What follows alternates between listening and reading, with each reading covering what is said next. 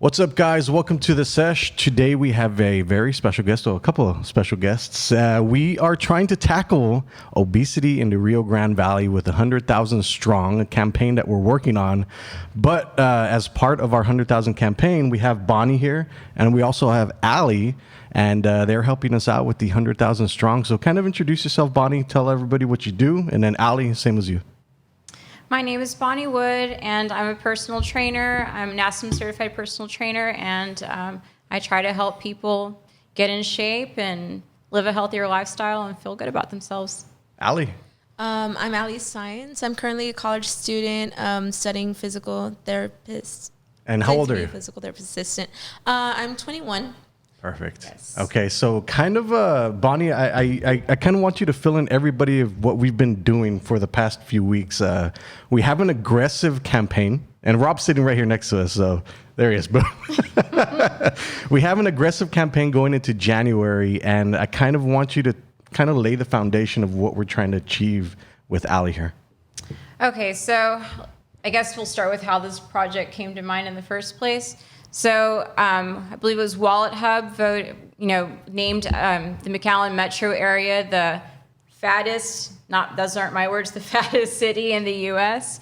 And that's kind of what I think gave you it prompted the drive us to do something about it.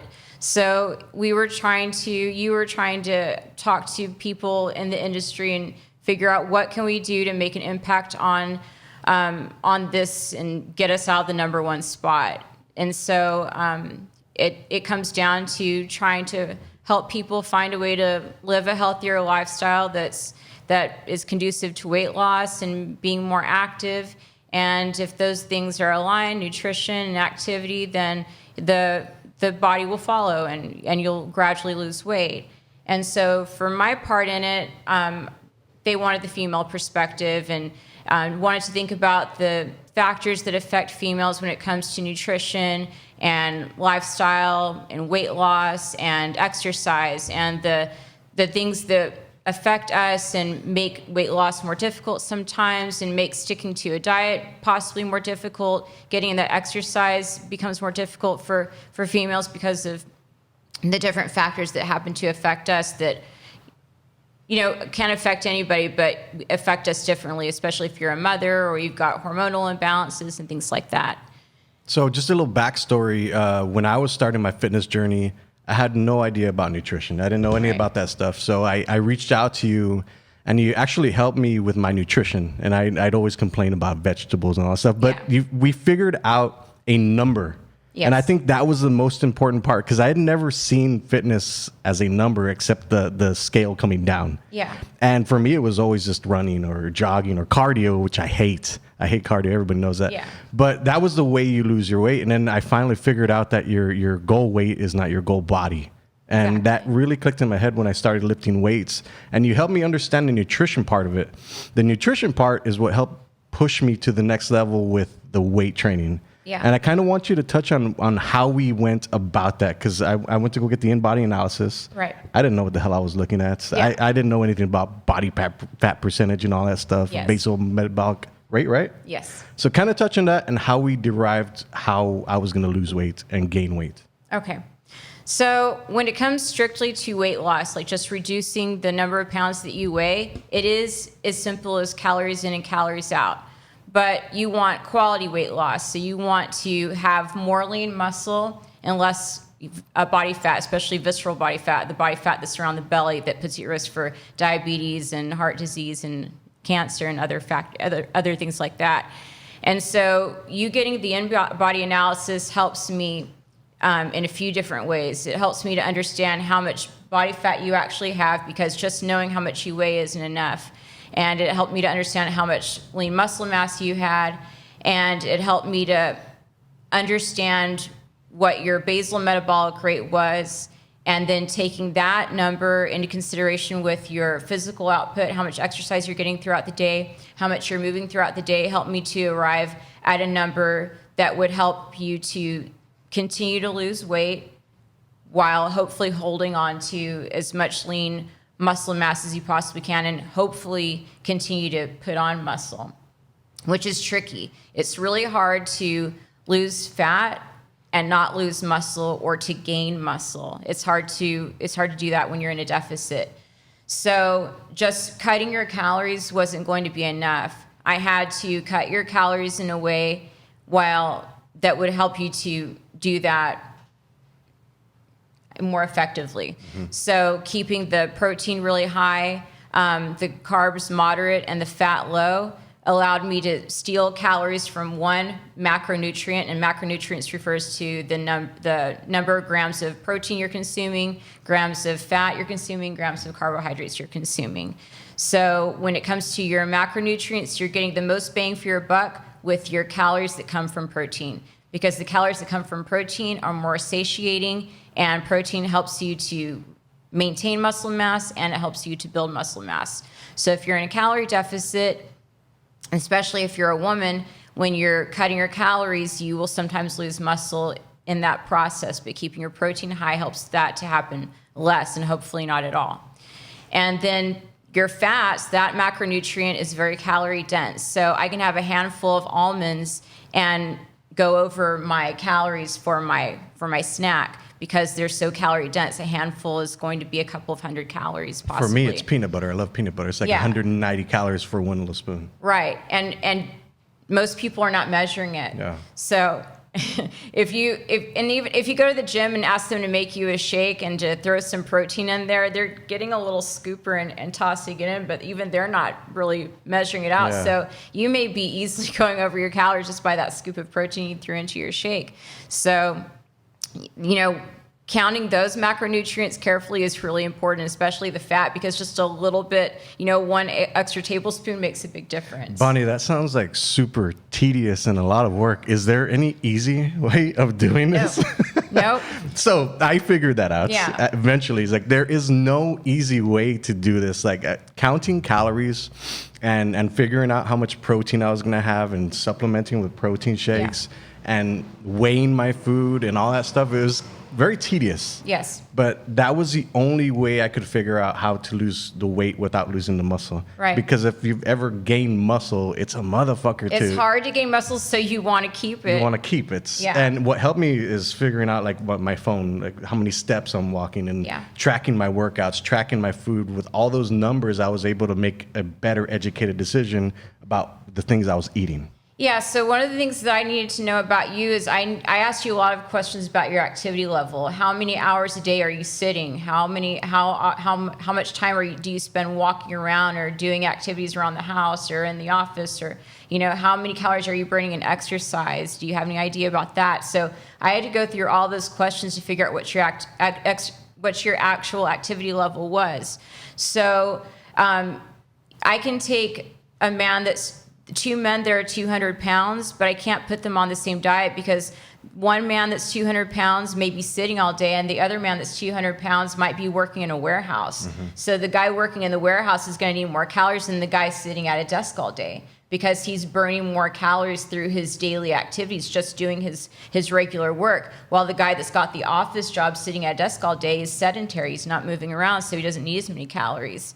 And I think that a lot of us overestimate I know a lot of us overestimate how many calories we burn when we're exercising. And sometimes our, Apple Watch or our whatever we're using, Fitbit, to track our calories and our output, sometimes that's not completely accurate, because if you don't set that thing up perfectly and you don't keep fixing the levels on there, like you're adjusting your age and adjusting your weight in the program, it may not be giving you the right number. So if you go to spin class, for example, Allie goes to spin class sometimes, and when you go to spin class, anybody that's gone, and if you went to mine back when I was a spin instructor, you were probably dripping in sweat. You probably had a puddle under your bike, and you're probably beat when you walked out. But some of you burned 600 calories, and some of you only burned 300 calories, and one of you might have only burned 200 calories, because it depends on your body. How much you weigh, how much muscle you've got, how much fat you've got affects how many calories you burn, and the intensity. So you might have thought you're really pushing as hard as you could go, but maybe you had a lighter gear on than the person next to you. So your muscles weren't working as hard through that workout. So while your neighbor burned 600 calories on the bike next to you, you might have already only walked out there burning 200 or 300, depending on how hard you were working. And our perceived level of exertion is usually higher than the actual effort and exertion that you had in the workout. So individually, how do we come to that number? And how do we make changes? Okay. First of all, in-body is helpful, but if you can't have an in-body done, get yourself a Renfo scale. Have you done that? I did hers using a skinfold caliper because I want to be able to see if the skinfold decreased over time. Because sometimes in-bodies don't give you a perfect read, and sometimes Renfo scales don't give you a perfect read. They're helpful, but they're not always super accurate. But a skinfold caliper is pretty accurate if you're doing the measurements correctly. So I wanted to start there. And also, sometimes when people get an in-body analysis and they actually see how much fat they've got on their body, sometimes it messes with your head and makes you feel really bad and discouraged, and it slows the process. So I don't like to do that with my clients unless they really want it, because it's first and foremost, I just want to make sure they're stepping into this process in a healthy way. So once you know how much you weigh, you know what your basal metabolic rate is. And that's the calories that you burn when you're at rest and you're not moving. So if I was in bed all day long and I never moved, my basal metabolic rate is 1,300 calories, more or less. So if I don't want to gain any weight at all, and let's say I'm stuck in bed for a week, I've got to make sure I stick to that 1,300 calories every single day, or I will gain weight. And if I've taken less than that and I'm in bed all day for a week, I'm going to lose weight. Okay. And I might lose muscle. Once you know your basal metabolic rate, you know what numbers to never go under. Because going too low on your calories is not good either, because there are these extreme diets where people will maybe only have 500 calories a day, and that's not going to be good for you if you're trying to exercise, if you're trying to weight lift. It's hard to do that in a calorie deficit. I feel like a lot of people, once they start working out, maybe you can chime in on this, Ali. A lot of people, when they start, they're like going to go like 6 days a week, 7 days a week, and wake up at 5 in the morning. Have you seen that? Like when people start, like have you done that before? And Yeah, I start off real early in the morning. I'm up by 5:30 at the gym by 6 a.m. and I get out like at 8:45. so you're working out all day. I guess I'm kind of talking about the when you start, like for the first time. When somebody starts and they just try to go really hard out of the gate. Which is most people. Yeah, that's what everybody's going to be doing right around New Year's. Yeah. So the gyms are going to be really crowded. Everybody's going to be ready for their new year, new me. Because I think psychologically we like starting, on a Monday, or we like starting on the first day of the new year, because it feels a fresh good start. It feels good to set goals like that, and it does feel like a fresh start. It is a new year. It's time to do things differently. But if you go really hard out the gate like that, you're not going to stick to it, because you're going to get exhausted. You're going to crash at some point. If you're dropping your calories a lot lower than what you're used to, and you are exercising a lot more than you're used to, at some point you're going to crash. It's making small, gradual changes that you can sustain for the rest of your life. So if you know that you could not go without meat for the rest of your life, for example, it's not smart to go on a vegan diet, right? And if you were to go on a vegan diet just to lose weight, and you were to be cutting out your calories by taking out all the animal proteins and animal fats in your diet, you may successfully lose weight during that time period, but it's right after you dropped the pounds. You dropped 20 pounds, and you say, okay, I'm done with this. Now I'm going to go back to a more relaxed kind of lifestyle. Well, those calories are going to increase over time, because now you're eating differently. And you're probably not tracking it anymore. Yeah. And so that's why weight loss isn't sustainable for most people. Most people are going on these really restrictive diets that they can't maintain forever. So you have to make small, gradual changes. What changes can you make to your diet that you can keep forever? So kind of Forever. touch on what you're trying to achieve with Allie here.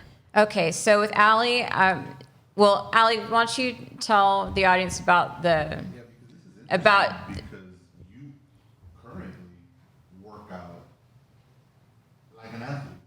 Yes. And for other reasons that I just found out this morning, you have difficulty maintaining what you want to, I guess, achieve in terms of, I guess, weight loss and physique. Yeah. Yeah. So what's Rob is saying off camera is that she's working out 6-7 days a week, and you're still struggling with what's going on. So kind of talk about PCOS. I know I kind of skipped a bunch of stuff, but just start this from PCOS. Like, what is PCOS, and how do you? PCOS, it's a very common condition that many women in the RGV have. Polycystic ovarian syndrome. It's where there's many cysts that are kind of clogging and taking up space in the ovaries. Therefore, many factors like pregnancy, your period, weight loss, hormonal balance, it's just all thrown off by this condition. And it's kind of really hard to detect if you even have it. It could be mistaken for anything. It could be mistaken for any other psychological condition, or it could just, when I was a child, it was mistaken for laziness because they would see that I was overweight. I've been overweight all my life. I've been deemed as unhealthy, like since I was a kid to even now. Like you couldn't tell that I worked out this much or make this many sacrifices because of this condition. So oftentimes doctors would mistaken it for laziness, or anybody would mistaken it just that I don't work out hard enough. I don't watch what I eat. That I'm not staying consistent. But so it's very hard for women to detect that they even have PCOS. I figured out I had PCOS because, well, like I said, there were doctors that said, oh, like, you're just being lazy, you're lying. Like, as a kid, being told that you're lying, you're a lying person saying that, oh, you're eating this, but you're probably eating something else, having all these bad habits. Well, it was very discouraging. But when I was probably 17, a male doctor actually said, he told my mom that he suspects I have PCOS. Because, we were telling him that I'm very active because I was in sports at the time, and that I wasn't seeing any changes. So he said that. He recommended me to a gynecologist. We went, and I had PCOS, and everything just lined up. It's like if all our questions were answered, it was just, we had no clue. We didn't even know that was a thing. Yeah. And so that's a huge problem nowadays. Well, I think even for men, like the last thing we know is PCOS. Like it would never occur to us until you brought it up, and I was like, oh wow. So, and then I started learning more about it, and you had experience with this already, right? Yeah, so when I believe I was 26 years old when I was diagnosed with PCOS. I don't actually have PCOS, but when I had a visit with the OBGYN, they did an ultrasound, intravaginal ultrasound, and found some cysts on my ovaries, and that doctor said that he believed I had PCOS. And so as soon as I was told that, I started researching the condition and trying to figure out what I needed to do about it. And I was confused when I got the diagnosis because I didn't fit the profile, because normally women that have PCOS struggle with weight loss. I had never been overweight, and I never struggled with weight loss. A lot of women that have PCOS also have a problem with acne, and I've never had a problem with acne, or facial hair, and I've never had a problem with facial hair, growing excess body hair, anything like that. So I was confused about it, but I thought it could affect my ability to have another baby, and I hadn't conceived my son yet. And so I started researching the kind of diet I needed to be on just to kind of get ahead of the problem. And then I went to go see a specialist in Houston, and they did a complete workup. They did all the tests again and said, no, you don't fit the profile for someone with PCOS. And the cysts that you must have had on your ovaries, they're not here anymore. So if you did have polycystic ovarian syndrome, we would see your ovaries covered in cysts. So with the condition, it's a hormonal imbalance, and the ovaries, and I'm not a doctor, I'm just speaking from what I learned myself about the condition when I thought I had it. The ovaries produce more androgen hormones.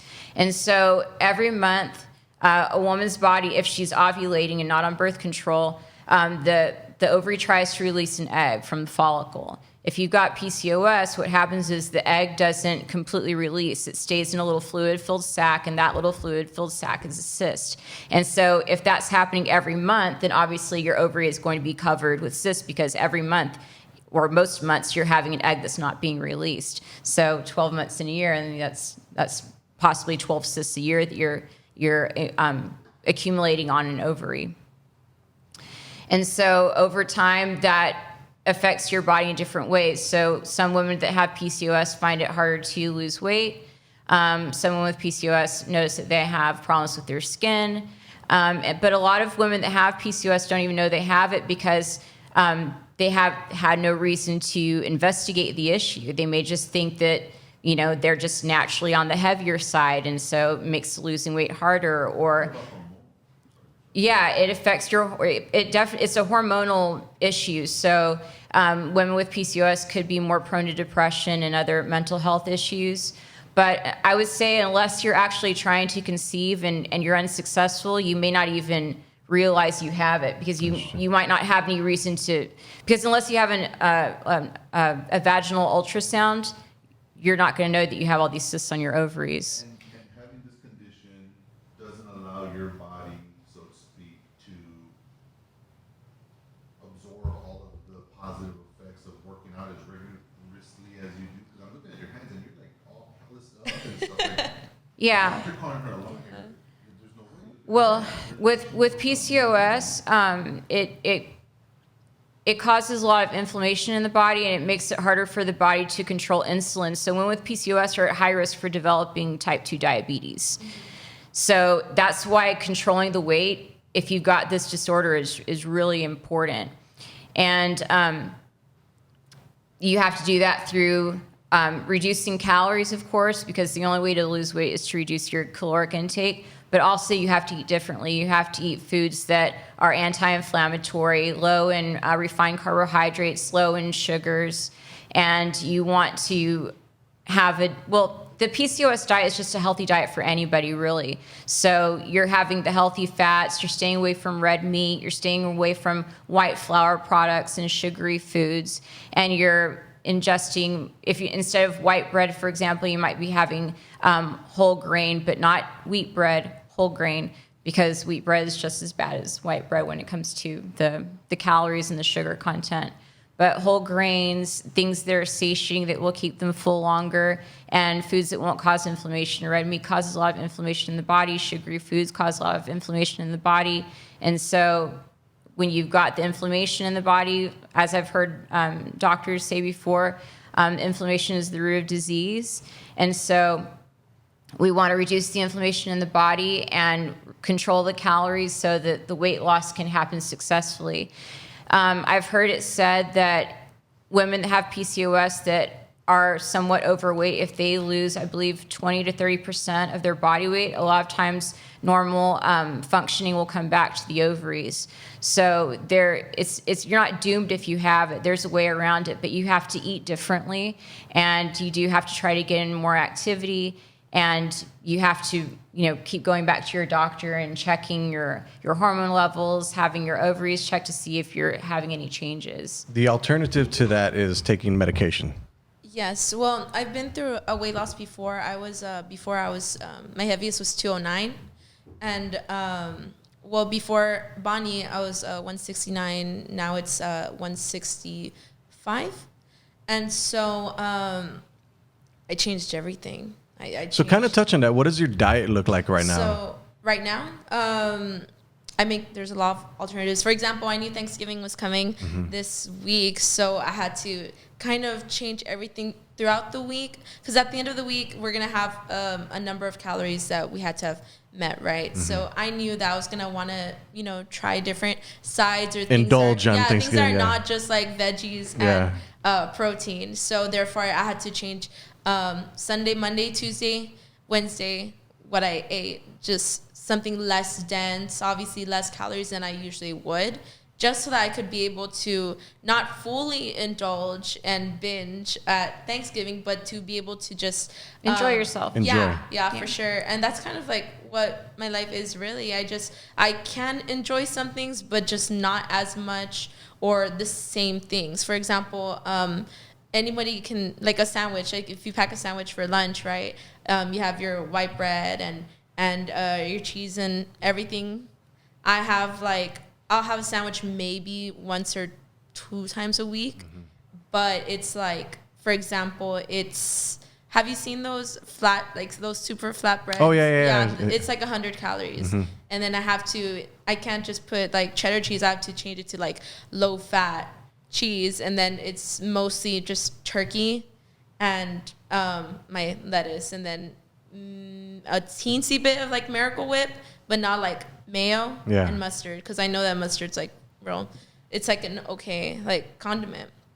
And so that's my sandwich, and that's maybe 2 times, but it's mainly just like one time a week. I would say the diet part of any fitness, I guess, goal is the hardest thing, because you're bombarded by all these foods, especially here in the Rio Grande Valley.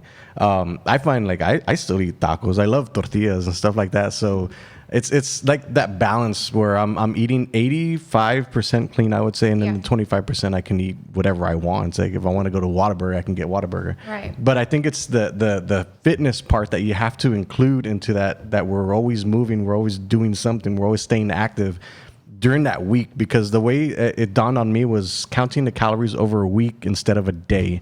As soon as I figured that out, I was like, all right, there's more leeway throughout the week. I can relax on the weekends and stuff like that. Can you kind of touch on that, like viewing your fitness goal and your diet and nutrition from a long-term goal instead of like, I'm going to lose 30 pounds in the next 30 days?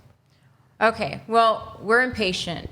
We want everything right now, right away, because we're used to instant gratification. We're used to instant gratification, exactly. And diet and exercise and lifestyle, it doesn't work that way. It's the long game, and you have to be able to make changes to your diet that you can keep, but you also have to have some flexibility in your diet so that you don't feel so restricted that as soon as the leash is taken off that you go right crazy. So if when you're doing like an 80-20, diet lifestyle, it's a little bit easier because you're eating in a controlled way most of the time. You're eating foods that are in your plan most of the time, but you have, a meal a week where maybe you're indulging. But one meal a week where you're indulging isn't going to ruin all of your progress, but a whole day where you're indulging might. Yesterday. Yeah. Yeah. But, I certainly wasn't about to text all my clients and tell them, now make sure you're, following your plan today. Don't eat that pie. Because I know that's not realistic. My clients are definitely not going to hear from me on holidays like that, nagging them about their diet and all of that, because I'm not sticking to a diet on Thanksgiving either. Yeah. And so I eat really healthy almost all the time, but I allow myself to have the things that I like on occasion, because that's living a more fulfilling life. Yeah. I think the diets of the Rio Grande Valley, where it's tacos and bunch of like meat, barbacoa and stuff like that on the weekends, it's kind of hard to get away from that stuff. What are some tips that you can tell people, like, all right, kind of get your diet in control and start getting active? What advice would you give them? Practical advice for the person that doesn't really exercise or diet as much. The first thing is small changes. So it's hard if you're somebody that's eating, that's been eating a certain way your whole life. Mm-hmm. If you're used to having the the tacos and things like that, and you're trying to switch over to salads, it's probably going to be a little bit harder. So you have to look at what you're eating and try to figure out if there are some healthy swaps you can make. So instead of having like the flour tortilla, could you switch to a corn tortilla because it's less calories, less fat? Then that's an easy switch to make. Or if you can switch the ones that they have some that are made out of nopal, if you can switch to that, then that might be something that's doable for you. And when you're making your food, instead of making your food with the really fatty meats, maybe you switch out for chicken or something like that. The leaner meats. The leaner meats. The only Making problem with little that easy is that swaps. stuff doesn't taste good, and I can attest to that. Yeah. Like I went from these like making ribeye steaks and stuff outside to like making lean turkey, but what helped me with that was when I started alternate day fasting. I figured out my relationship with food. Like it was Okay, bad. but you can do alternate fasting. But if you're fasting all day today and then tomorrow it's a free for all, you might still be getting the right amount of calories to continue to lose weight. But are you getting in the right nutrition? Yeah. If you're having a high fat, high calorie, high sugar day the next day, you Yeah. may successfully lose weight. But are you healthy internally? So, I mean, part Because of I know it, you're not a proponent for fasting or. No, not necessarily. It's not that I'm not. Fasting is I'm a fan of any diet that works That well works. for you and keeps you healthy. I'm in favor of diets that I know people can sustain Stick to. forever. So if you can fast and you can be happy when you're fasting and you can continue your activities when you're fasting, that's fine. But when you end the fast, what are you ending the fast with? Are you ending the fast with pizzas and tacos and cheeseburgers and ice cream and cookies? Well, you may still be losing weight because you're on this fasting routine, but you're not internally healthy. So if Allie were to go on a diet like that where she's fasting one day and the next day it's a free-for-all, it's not going to be helping her with her PCOS. Yeah. And you can't just look at it as, well, she has to do that because she's got PCOS, but I don't have to do that because I don't have PCOS. Well, I don't actually have PCOS, so I don't have to follow a PCOS diet, but I also know that's a healthy diet. And that's the hard thing because there's so much information out there and there's so many diets and there's so many things that you can do. You want to try them all. Like Right. alternate day fasting worked for me. Yeah. I know it's not going to work for a lot of people. So that's why I really don't talk about it as much as Well, I used to. It'll work for you if you feel good, and you can, and it'll work for you if you know you can stick to it over time. But if you are doing this alternate day fasting and then you decide that you've lost all the weight you want to lose, and you go back to your regular routine, are you going to maintain the weight loss? We'll know over time. Well, I think with that, the reason alternate day fasting was such an eye-opening experience for me is because it taught me my relationship with food. Like I saw what I was eating. I started counting my calories. I started looking physically at what I was eating, and it was an eye-opening thing. And I think that's what a lot of people don't do is they don't see what they eat in a whole day. Yeah. Or a whole week. Like when you log that stuff, you look back, it's like, oh, I ate that shit. Ugh, nasty. Like Yeah. it becomes its own motivation, I think. Like, have you ever counted calories and weighed your food and all that stuff? Yeah. So Yeah. kind of touch on how tedious that stuff is, because I think once you get that skill, you learn it, it's easier to go forward. Yeah. Well, before I lost weight, I ate a lot of like fast food. I ate a lot of fast food, and to me, I don't know. Nothing really clicked how unhealthy it was, and I always just told myself, oh, I'll start counting, or I'll start watching myself like next week, and weeks kept passing, and the weight kept increasing, and it wasn't until I had to step back. I had to step back and just see how unhealthy everything that I was consuming was. And then so after that, I just started off. First step was like cutting off my fast food, cutting off the fast food, and then I dropped the weight from there immediately. And then so I saw how much it actually was affecting me. And then it was kind of like, that was step one, just cutting off fast food in general. Maybe once a week, but at that time I was just so bad to where I was like, you know what, I need to like see a change. I need to make a change now. Yeah. And so I cut off fast food immediately, and then it became to where like, okay, now I'm gonna cut off bread, just, you know, even like a loaf of bread for like sandwiches, or I'm gonna switch eggs to egg whites, bacon to turkey bacon, start, you know. It's a hard adjustment, right? Yeah, and then now it's like, okay, I'm going to have this many grams of this and this and this, because Bonnie said it's this many grams, so I'm going to have to like measure out with the little food scale. Mm-hmm. So yeah, I didn't just immediately go from like eating fast food like 2 times a day to like, oh, now I'm going to like measure out how many grams of protein I'm going to eat today. You know, it had to take steps. But yeah, like I could definitely agree that there's that sense of like instant gratification that you need. So I did feel impatient at first, but you know, eventually over time with those adjustments, like it definitely paid off. So you're 21, right? Yes. So I would assume that a lot of people in your age demographic are easy, like just go and pick up McDonald's or Burger King, stuff like that. Can you kind of touch on like the demographic that you're in, like the ease of? Do you know how to cook? I do. Okay, so I feel, and That's it. let me know if I'm wrong here. Like a lot of people nowadays don't know how to cook. That's probably true. It's probably true. So Yeah. I think that's one of the biggest complaints is like it's easier just to go to Burger King and get something super fast. I was like 16 and 17, and I had my car, and at my high school there's many fast food places like surrounding it, so it was just easy access. Yeah, you could just drive wherever real quick during lunch or right before school, and like, yeah, that's how I was doing it. And honestly, like, I think that the temptation's always going to be there. It's always going to be there. It's just a change in like mindset right now. And it's like the people you surround yourself with also right now. I'm mainly friends with, you know, I'm very close to my family.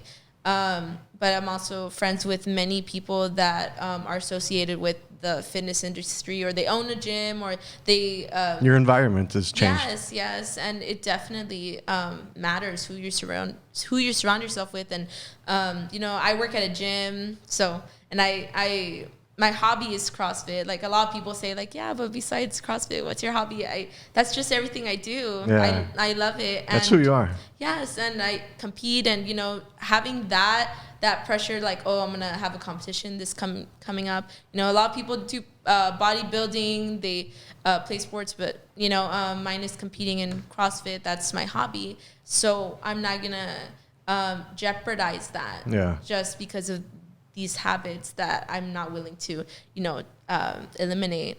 Yeah, but you found something that you really enjoy and something that you're passionate about, so you can kind of put yourself all in there. And this is kind of the same thing for me, is like when I started, and I don't know if this is correct, but like I feel that men that are in their mid 30s to 40s, when they first find weightlifting and they stick with it, they'll stick with it longer because they haven't had the other 10, 15, 20 years of pushing iron in the gym, and they're not so fatigued and over time. So I feel like 35 to 45 is a perfect time for men to get into the gym, specifically because we're not so beat up. Like we have stuff that we need to get out of us, our stress and all that stuff. So like that type of lifestyle, I feel is perfect for men during that time. Have you seen anything like that? Or I think it's good for everybody. Yeah. I mean, really, the best exercise is the one that you will do. Well, you do. Yeah. So if you hate weightlifting, then you know you're not going to reap the benefits for long because you won't show up to do the work. But the reason why weightlifting is so beneficial is because when you're putting on more muscle mass over time, you're able to raise your calorie intake, and so you're not having to eat in such a restricted way because you're needing more calories to maintain your physique. And I think it's satisfying to see yourself be able to lift more weight over time. I think it's satisfying to see new lines coming on your body, new muscles popping that you haven't seen before. There's something that's pretty exciting about that. So I think it's good for everybody, and also for women, our bone density decreases over time, especially women that are like starting to go through menopause. Your bone density starts to decrease. So if you're doing weight bearing activity, resistance training, weightlifting, it helps to maintain your bone levels, and also it helps, you know, when you've got more muscle, it helps you to keep weight off long term. So and prevent injury. I would say, like at our age now, and well, mine, Rob's, not y'all's.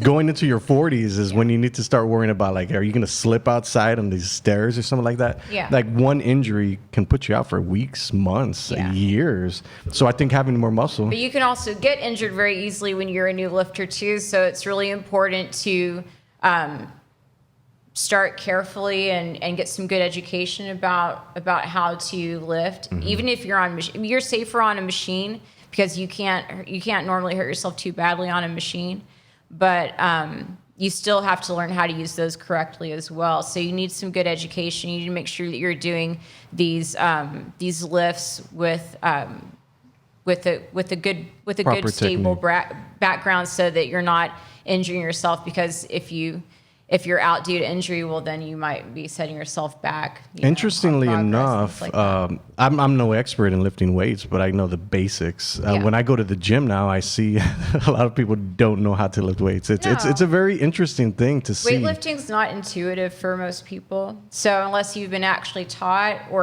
some people can watch a YouTube video and replicate it yeah. in the gym pretty easily, because they just, you know, we all have our talents, and some people are naturally talented when it comes to lifting and sports, or, you know, physical activities. Which is not me, so. And a lot of people aren't. And so it's important to try to get in some kind of program where you're getting good education. A really easy place for a lot of people to start are those, you know, group, you know, bodybuilding classes, you know, that they have in big gyms, because they're not using really, really heavy weight, and they've got an instructor and they've got people around them that are doing the same activity. So they have something to follow. And hopefully if you've got a good instructor, they're coming around and correcting technique.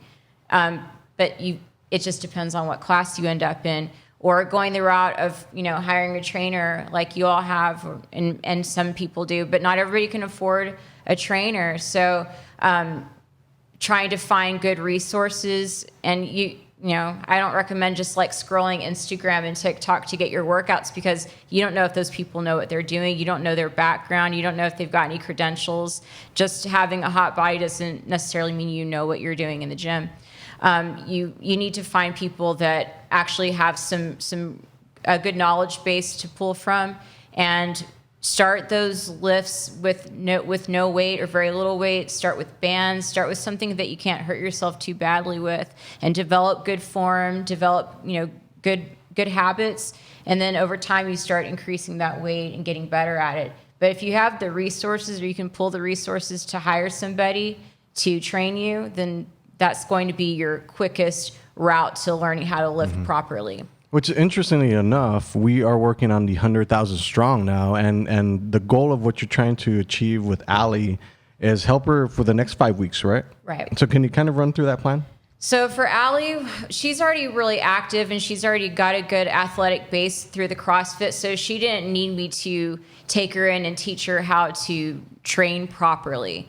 What she needed is more guidance on the nutrition aspect of it. And so since I had a little bit of history with PCOS myself, having been misdiagnosed and having tried to put myself on a PCOS diet, I was familiar with it.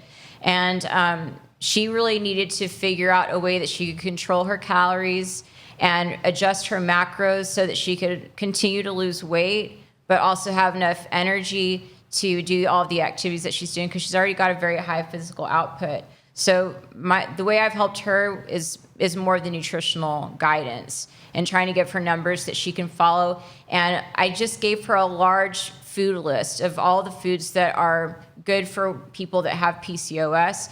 And I told her, these are your calories, these are your macros, and this is your food list. Eat however you want from that food list, but stick to your calories and stick to your macros. And then we'll track it over time, and we'll see if these numbers are working for you. because I'm having to go off of the information that the client gives me.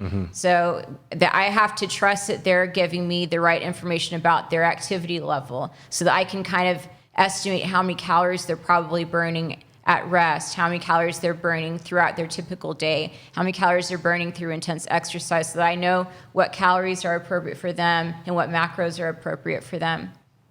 And then if they've got other needs, for example, with her PCOS, or they've got some other health condition that means that causes them to have an additional nutritional need or dietary need, then I have to take that into consideration as well. And so for her with the PCOS, it's sticking to foods that are anti-inflammatory and helping to control her insulin levels. So we're getting rid of the white flour foods, the sugary foods, the red meat, reduction of alcohol intake, things that can cause inflammation in the body and can cause insulin resistance. We're trying to control that through the diet, but still giving her enough calories to get through her day and giving her the right macros so that she can continue to hold on to muscle and hopefully continue to put muscle on over time, because she's engaging in CrossFit and she needs the power. Yeah. So I couldn't, for example, like slash her carbs. She needs them, but she needs the right carbs.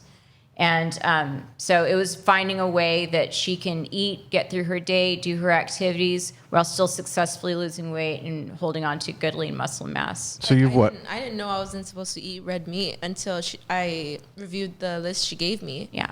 You know, I had no idea. So you would always eat red meat before? Yeah, like on Instagram, they have like meals that would most likely work for like anyone going to the gym. So that consisted of like a lot of sweet potato, broccoli. Broccoli's good, but the sweet potato, it eventually, I felt very heavy, you know, after having it almost every day with ground beef. So it was like a mix of lean ground beef, sweet potato, and all these other veggies. Veggies were okay, but I had no idea that the sweet potato and the red meat would be detrimental throughout the week. So how has the diet been? So you've lost, what, 3 pounds? 4. 4 pounds. Yes. Nice. So how's that process been since you all started? Well, I had been at a plateau. So I heard it from a friend yesterday. I was training with her, and she's like, "Hey, you look like a little smaller." And I was like, "Oh, really? Like how much?" 4 pounds smaller? It's cool when other people notice it. Yeah. And, you know, I don't get that, like, very often. Yeah. So I was like, "How much?" And she's like probably like 5 pounds. And I was like, "Oh, nice." Right on track. Yeah. Yeah. So it was 4 pounds. And sometimes you don't see on the scale, but you could see differences in person. So I would much rather have that than Absolutely. scale. I mean, it's nice to have both, right? But I mean, as someone that I was kind of like, I was satisfied with however this change was gonna be. I wasn't very like much seeking like, I would like need to lose weight. It was just more like, the opportunity's there. Yeah. I'm gonna take it. You know, I'm gonna take what Bonnie's giving me. It gives you an opportunity to take your physique and your performance to the next level. Yeah, and When we know better, we do better. Yeah. Right. So any change, I was like, okay, like nice, you know, because I don't seek to like lose weight. I'm not very like. You're not aesthetics focused. Yes, exactly. Yeah. I'm not trying to get a 6-pack or anything like that. I just want to be healthy and do my sport to the best of my ability. And so any change that was gonna come my way with making these small arrangements, I was like, okay, like cool, nice. So the goal of this at the end of these 5 weeks is what? To reduce her body fat over time, and to hopefully get her to where she's feeling better and keeping her hormones controlled and helping her to be able to continue this healthy lifestyle that she's already been on through, you know, the heavy physical output that she's been doing. And she had already been adjusting her diet to lose weight over time. She went from 200 to the 160s on her own. So now it's just giving her extra tools to take her health to the next level and to take her performance to the next level. Because if she's feeling better, has less inflammation in her body, and she's still getting stronger, she's going to feel better going into her CrossFit competitions, and she's just going to feel better overall. Mentally, she's going to be healthier, and physically she's going to be healthier. For sure. Yeah. And then hopefully, if she ever decides she wants to have children one day, hopefully that the PCOS won't be a hurdle for her anymore, because the PCOS could go away. The diet that you're offering or that you're going to If she sticks to it long term, and if what they say is true, the reduction of in body weight, 20 to 30% of the body weight, if we reduce that, it's possible that her ovaries could return to normal functioning, her hormone levels could even out, and then maybe she won't have the need to be on these medications anymore. That's the long-term goal in my mind. Yeah. It is, mine also. Awesome. Well, guys, thanks for coming to the sesh. It has been informative for everybody. I think this PCOS was something that was new that I have never heard of. And I think a lot of people are going to finally get to hear this from a male's perspective, well, from our perspective, and the female's perspective of what to look for, right? Well, and also I think this is good information for women, because there may be women walking around with this syndrome who don't know it, because maybe they're not trying to conceive, or they don't realize that some of these things they're experiencing may be due to hormonal factors. So maybe I hope that this encourages somebody to go to their doctor and get things checked out if they're noticing that they've got these symptoms that are similar to maybe what Allie has experienced, or symptoms that I described earlier that are common with women with PCOS. So if you notice that you've got acne that won't go away, and you have weight that you can't lose even though you're on a healthier diet, and you're noticing that you've got facial hair that you shouldn't have or that you didn't have before, and if you're noticing mood swings and depression, take the next step. If you have the means to go to your doctor, go see an OBGYN and ask for these tests. Ask them, can you do a sonogram and look at my ovaries, and see if maybe this is something that I'm dealing with. And then once you have more information, you can change your lifestyle, do better, and feel better. So I hope it encourages women to go and seek out more information and get themselves checked out if they're feeling the kinds of symptoms that we described today. Absolutely. So our goal is to help 100,000 Rio Grande Valley residents, and we want to move the McAllen area away from the most obese city in the nation. So if you like what you heard, if you want to join us, go to 100,000strong.org and follow us. Follow our journey. See you guys later.